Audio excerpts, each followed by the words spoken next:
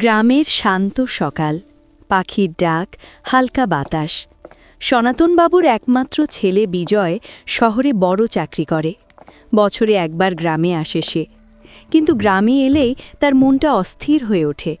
সে চায় বাবা মা সব ছেড়ে শহরে চলে যাক, কিন্তু সনাতনবাবুর কাছে এই ভিটে মাটি শুধু বাড়ি নয়, এটাই তার জীবন। বাবা, সত্যি করে বলছি, আমি আর বুঝতে পারছি না তোমরা এই পুরনো ভাঙা বাড়িটায় পড়ে আছো কেন। দেয়ালে ফাটল, ছাদ থেকে পানি পড়ে, এটাই কি থাকার জায়গা? ভাঙা বাড়ি তোর চোখে, বিজয়। আমার চোখে এটা একটা গোটা জীবন, যা আমি এইখানে অতিবাহিত করেছি। জীবন?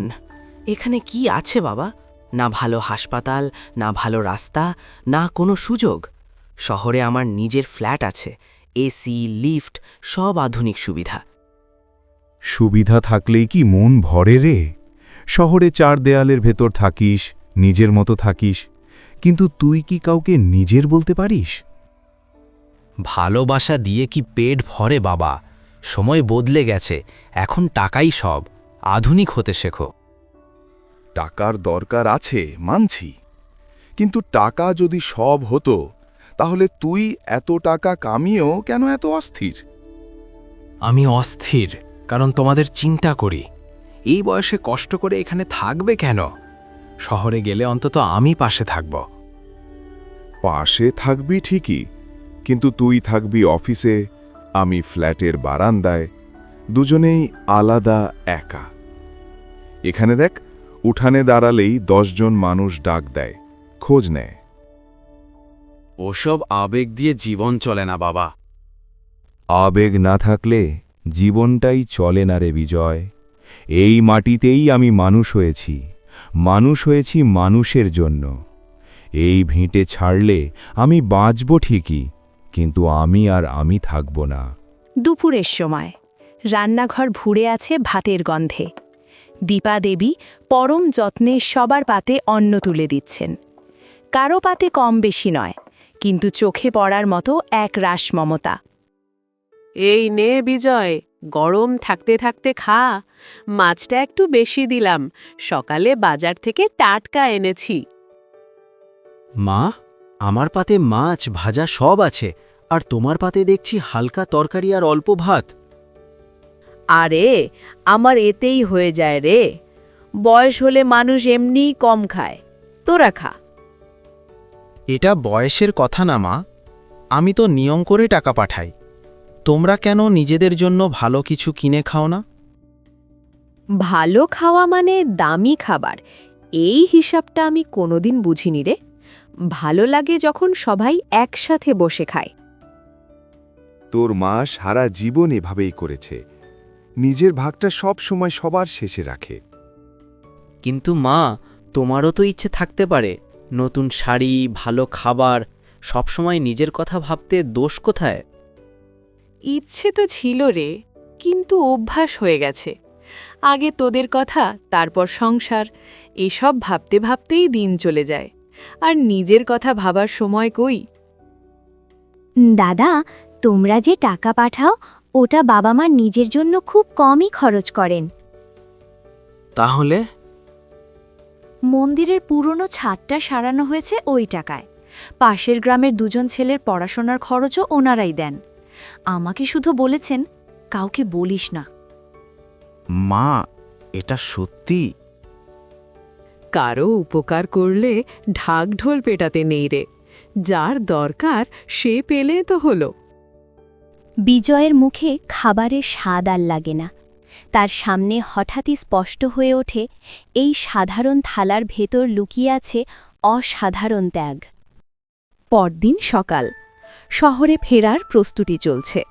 ঠিক তখনই অজান্তে বিজয়ের চোখে পড়ে এমন এক জিনিস, যেটা বহু বছর ঘরের কোণেই ছিল, কিন্তু তার মনে ছিল না। রুনো, তুই হাতে ওটা কি নিয়েছিস? দাদু দিয়েছে আমাকে, বলেছে এটা খুব যত্ন করে রাখতে হয়। এইটা অনেক সুন্দর, তাই না? এই পুরনো জিনিস নিয়ে খেলছিস কেন? ভেঙে গেলে হাত কাটবে। ওটা থাক বিজয়, তুই জানিস ওটার নাম কি? একটা ভাঙা ভাঁড় ছাড়া আর কি? তোর মা একে ডাকত অন্নপূর্ণার ভার। এইটাকে এত বড় নাম দেবার কি আছে?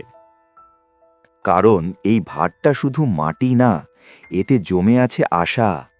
মাসের শেষে যখন চাল কমে যেত, তোর মা ভাত একটু কম রান্না করত। নিজে না খেয়ে এক মুঠো চাল এই ভাঁড়ে রেখে দিত। ধীরে ধীরে ভাতটা ভর্তি হতো, তারপর সেই চাল বিক্রি করে তোর স্কুলের ফি দেওয়া হতো। মা, তুমি তো কখনো বলনি। বললে কি তুই ভালো করে পড়তে পারতি? তুই শুধু বই দেখেছিস, আমি দেখেছি তোর স্বপ্ন। একটা ছোট ভার, যেখানে জমেছিল চাল নয়, একটা ভবিষ্যৎ। বিজয় স্তব্ধ হয়ে দাঁড়িয়ে রইল।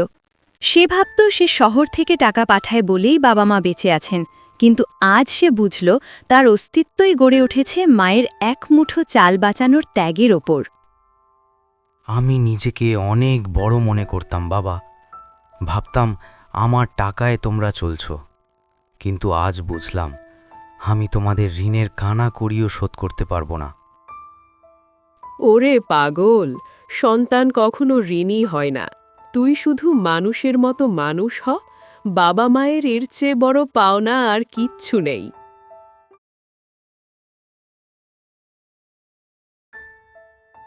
গ্রামে সাহায্য চাইতে আসা মানে শুধু হাত পাতানো নয়, এর সাথে জড়িয়ে থাকে অনেকটা লজ্জা।